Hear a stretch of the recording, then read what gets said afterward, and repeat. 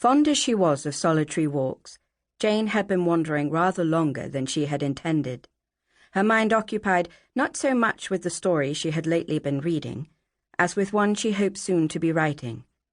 She was shaken from this reverie by the sight of an unfamiliar figure sitting on a stile, hunched over a book. Her first impression was that he was the picture of gloom, dressed in shabby clerical garb, a dark look on his crinkled face, doubtless a volume of dusty sermons clutched in his ancient hand. Even the weather seemed to agree with this assessment, for while the sun shone all around him, he sat in the shadow of the single cloud that hung in the Hampshire sky. Realizing how far she had come from home, Jayne thought it best to retrace her steps without interrupting the cleric's thoughts, as he had unknowingly interrupted hers. During the long walk home, across fields, shimmering with the haze of summer heat, she amused herself by sketching out a character of this old man, storing him away, like so many others, for possible inclusion in some novel yet to be conceived. He was, she decided, a natural history enthusiast, but his passion lay not with anything beautiful like butterflies or wildflowers. No, his particular expertise was in the way of garden slugs, of which he could identify 26 varieties. By week's end, Jayne had filled in the pathetic details of his life. Disappointed in love, he had turned to natural history, where the objects of his pursuit were less likely to spurn his advances. As his passion for study grew, and as he shared it more enthusiastically with those around him, his invitations to dine gradually declined until he was left alone on most evenings with his books and his slugs.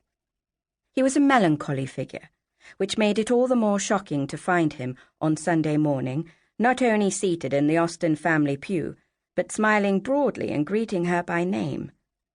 Jayne had led the family procession from the rectory to the small stone church of St. Nicholas, where her father was rector. The church stood on the far outskirts of the village, flanked by flat green meadows.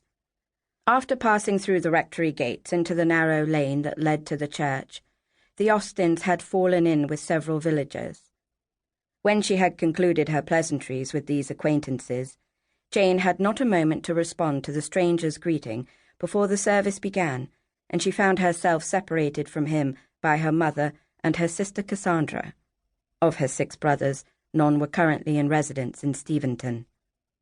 The man's robust baritone voice, evident in his hymn-singing, exuded a spirit that was anything but melancholy.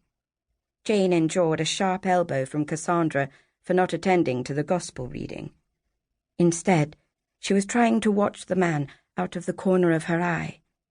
She failed to follow the thread of her father's sermon, lost as she was in a re-evaluation of the stranger's history. By the time the service ended, she was thoroughly intrigued and determined to secure a proper introduction to satisfy her curiosity about the true nature of his character. "Go along home, and I shall wait for father," she told her mother and Cassandra as they stood beside the ancient yew tree that clung to the west end of the church. Jayne felt certain that a visiting clergyman with leave to occupy the Austen pew must be known to her father, and she expected Mr. Austen to make the necessary introduction. So it came as a surprise when she felt a tap on her shoulder, and turned to face the stranger, who addressed her in a cheerful voice.